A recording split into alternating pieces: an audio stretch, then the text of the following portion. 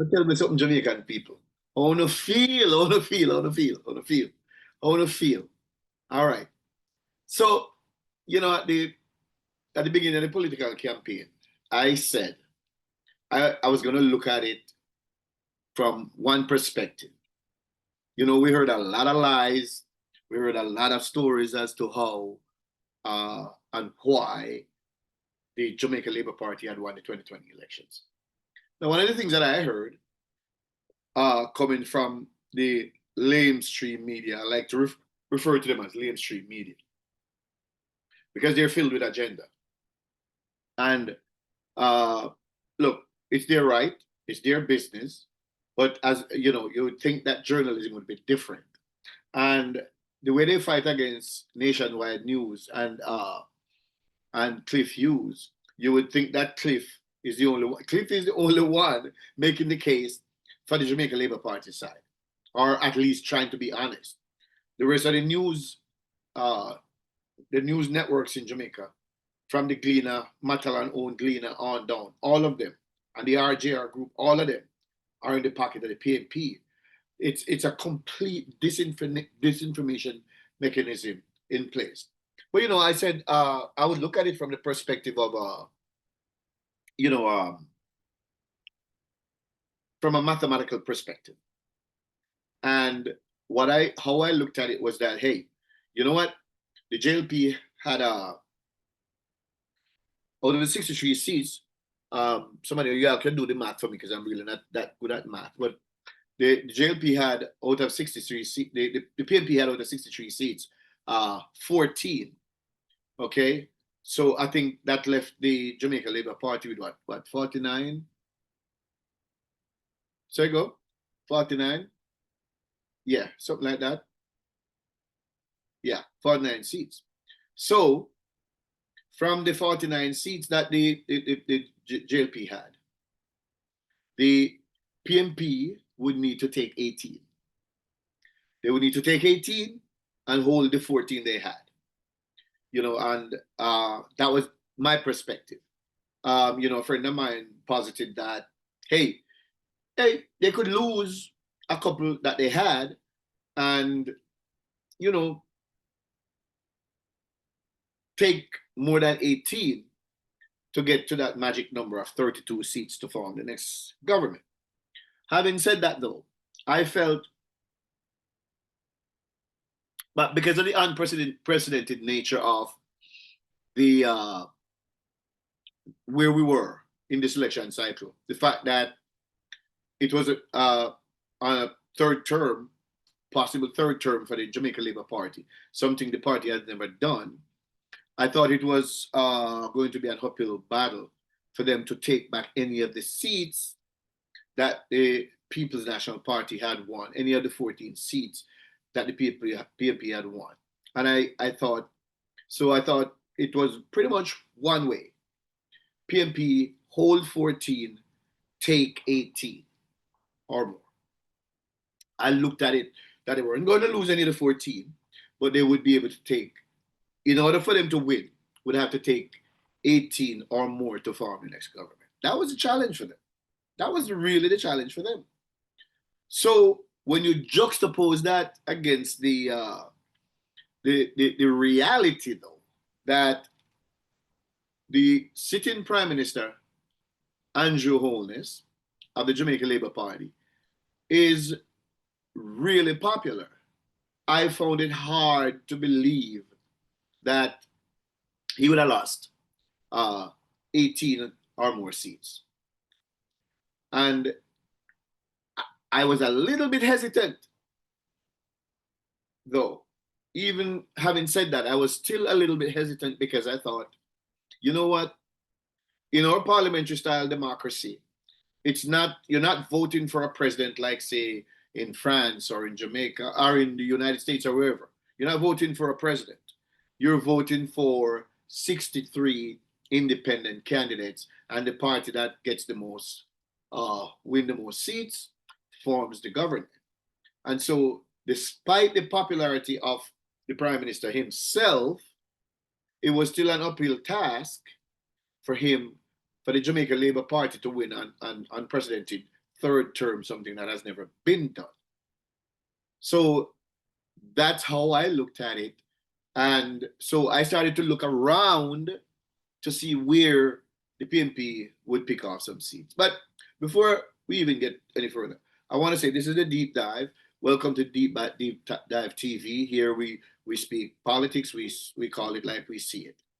All right. For those of you who haven't subscribed to our channel yet, please subscribe, give us a like, share the videos, and hit the notification bell so you can be first informed when we upload new videos. Now, one of the things that I heard during the after the election of 2020, the general election, was that, hey, it was because of COVID, and the prime minister called the election in COVID, and so that's why the PNP lost.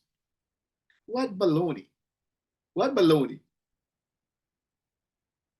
JLP voters went out and gave the Jamaica Labor Party a landslide victory in 2020.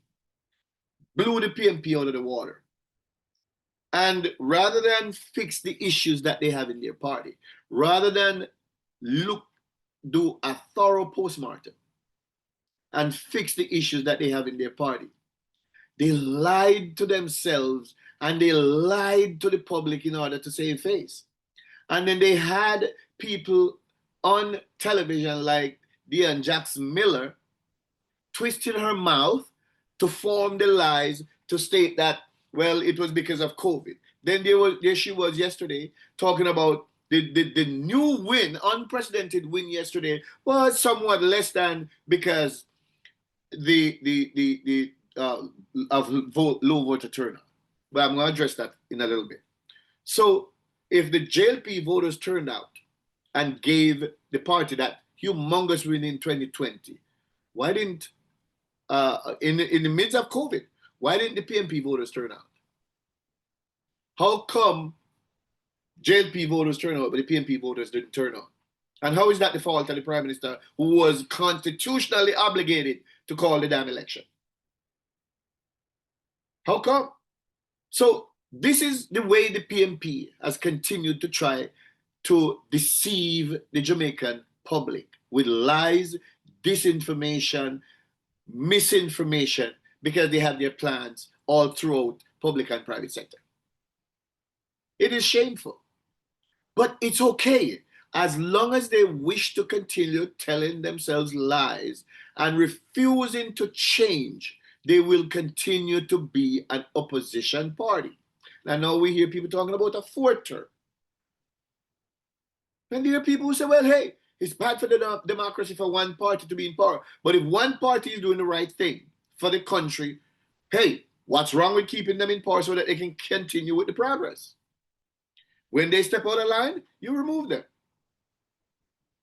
But if the PNP wants to continue to be a party that has any kind of relevance, it can change and become a 21st century party, or it can continue to be a Michael Manley party of the 1970s. Big government, socialist giveaways, just give away everything without having the means to pay for it. No nation can make progress by borrowing money to give to its citizens without having produced anything to pay for it. If you're getting a huge amount of money from bauxite or you have oil or something and you share the wealth among the people, that's different. We don't have any of that. Our mainstay in Jamaica is tourism. That's the number one cornerstone of our economy. And number two is the largesse of people who live overseas. It's called remittance.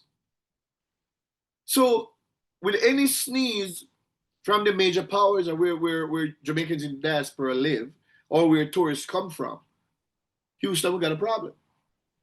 Now you try explaining that to the PNP because all they keep talking about is the net reserve that they wanted to spend before the elections. That's all Mark Golden was concerned about. And I had to ask the question whether Mark Golden had any loyalty to our country, because if he had any loyalty to our country, and I do not believe he's an idiot, I don't believe he's an idiot. If he had any loyalty to our country, he could not want to use up the net reserves on giveaways when we have such fickleness in our economy. And the mainstays of our economy are so fickle. And that is why the net reserves are built up so that as a shock absorber. So that we drop in a pothole, you can ease your way out of it again without breaking an axle. And then last night, Deon Jackson Miller said, well, it's well, the win, remember, the win is not, it's low voter turnout. Now, Jamaica, let me explain something to you. Whether you live at home in Jamaica or you live in diaspora, let me explain something to you. We gotta let these people, we gotta stop letting these people think we're fools. Or stop taking Jamaican people for fools. You see, they dress up every day and they go into these media houses, into these studios, and they sit down and they talk all kinds of shit. But here's the real deal. No one political party has a responsibility or an obligation to turn out voters in an election. None. So let me present you with some facts. I think it was 38 point something % of the population. So let's just round off at 38 or 39. Let's round off 39% of the electorate turned out to vote. They turned out and they elected the Jamaica Labor Party. Twice. I think this time was 1 percentage point higher than in 2020, which is not a significant increase by any stretch of imagination. You would like to have full participation in the process. But if that is not happening, how is the fault? How does it take away from the victory of the victorious party? It doesn't. It does not. And so if the people who have a vested interest in our country, if they get up off their backsides and if they go out and they vote, then those people are the important decision makers in our country. They go out, they went out and they voted and they elected the government of their choice. If the PMP fail to get their voters to the polls, that's their issue. It does not take away nothing from the victory of the Jamaica Labor Party. Zero, zilch, nada. It's up to them to get their voters out. And so, let me explain this to you people.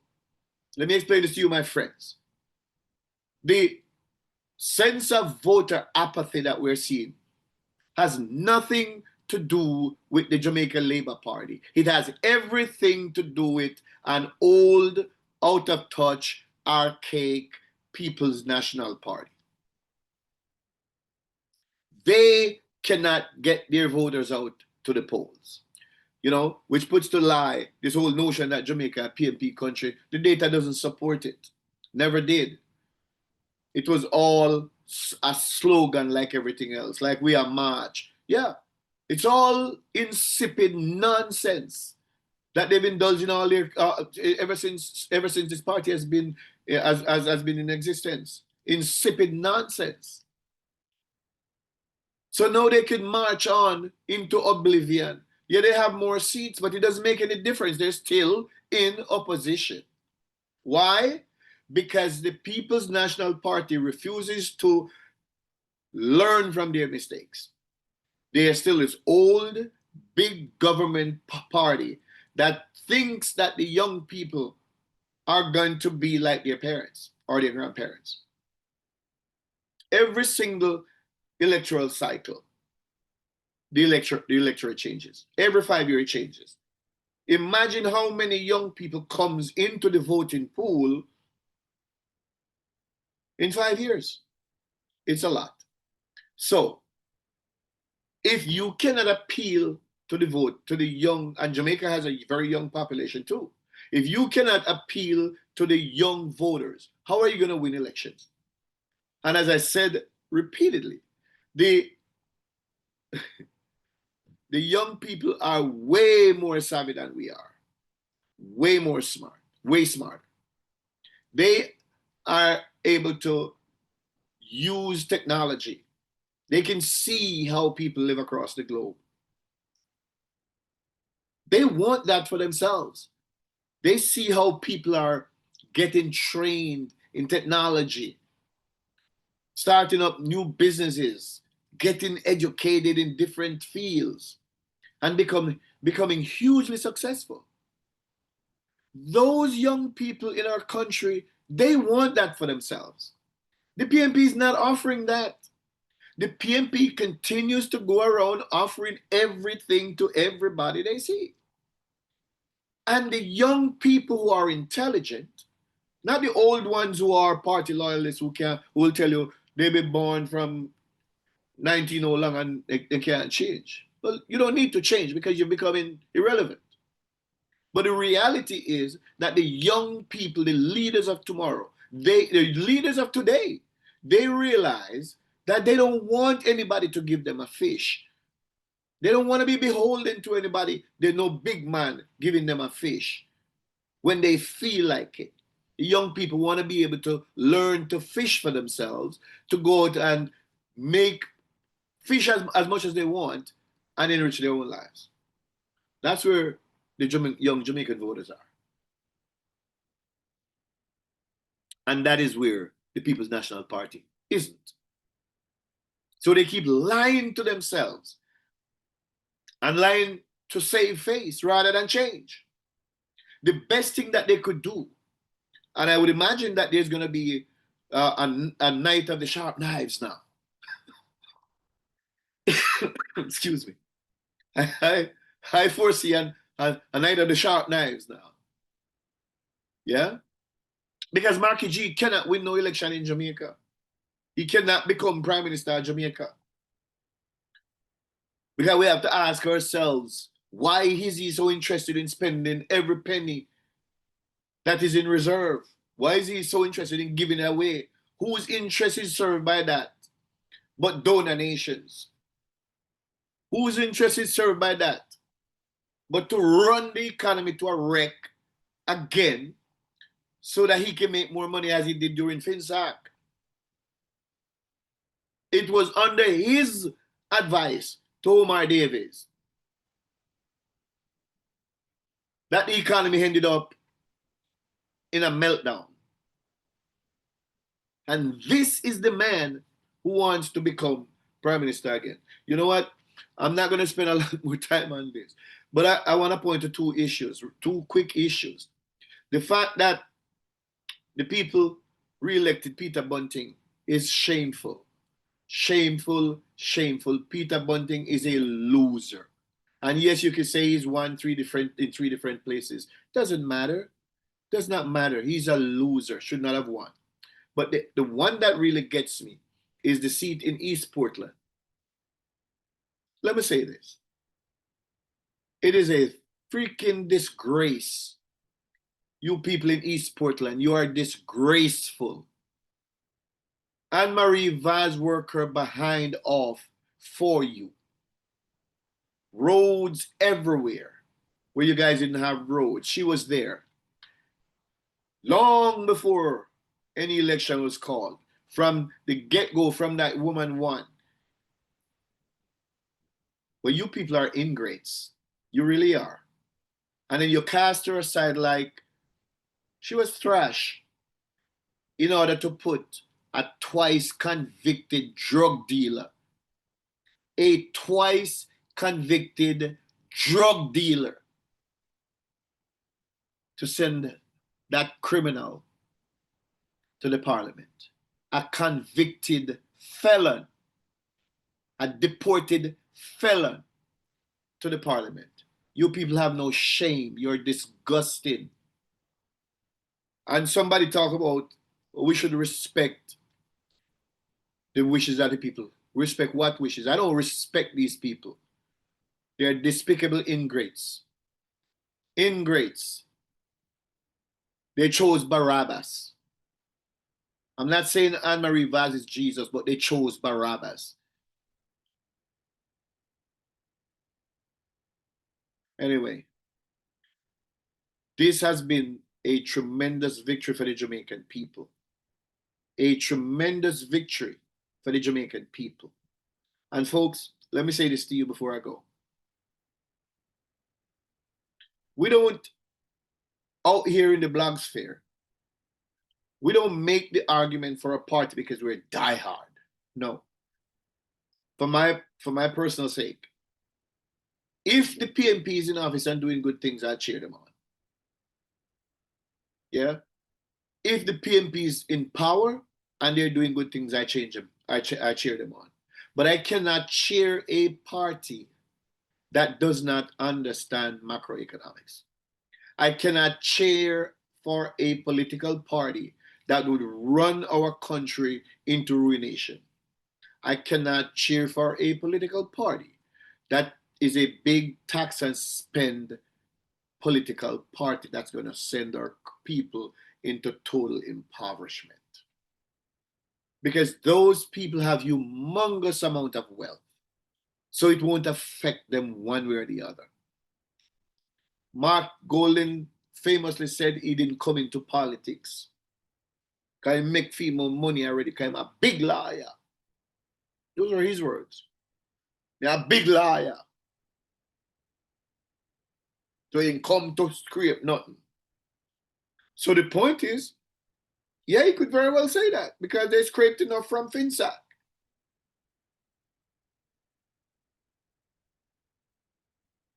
But now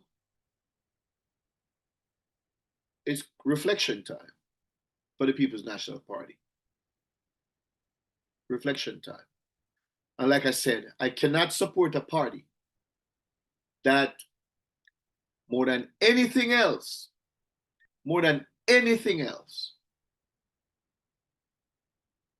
does not respect the rule of law. A party that has watered down every single bit of legislation or stood in the way of every single bit of legislation that would end the bloodshed in our country.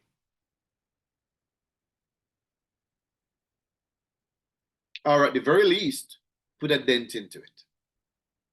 And now we have homicides down 40% across the board. But in some areas, homicides are down 70%. And as I said before in a previous iteration of this program, if 100 Jamaicans would lose their lives within a given month or within a given year, and only 30 dead, that's cause for alarm. But it's also cause for celebration. Because nobody should die. But if 70 out of 100 lives can be saved, man, I'll take that any day. It's not where it ought to be.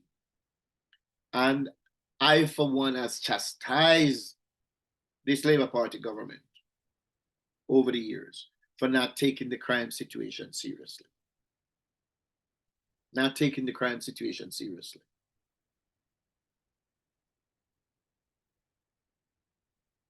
And as I said before, the Prime Minister finally got serious, in my estimation, when the Haitian president was unalived in his own home.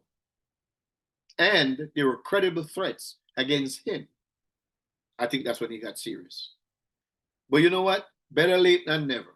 But the People's National Party and its affiliate gangs, because of its affiliate gangs, you cannot support the rule of law. Peter Bunting wanted to go back to remove the police off the street, remove the police off the footing that they're on, and put them back on a more laid back setting to turn the country back over to the criminal gangs. That's why I said it's a disgrace, knowing all of that, that these people would elect that buffoon.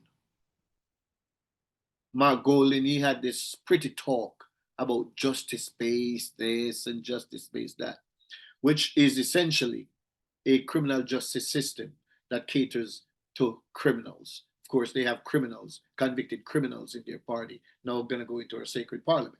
So that's understandable. So, as I said before, I cannot support that kind of politics. I cannot support people who have this affinity for gangsterism. I can't support it. And as you could look at the people who support them. Almost the entire dancehall fraternity, with the exception of Mr. Vegas, and maybe one or a few others. They're all PMP supporters. Yeah. And look within that space and see how many of them are criminals, convicts, convicted of homicide, doing prison time, should have been in prison, came out of prison. All criminals support them. Yeah? Why would any decent Jamaican, law-abiding Jamaican support that party? No, thank you. Folks, this has been the deep dive. Thank you. And I'll see you on the next go around.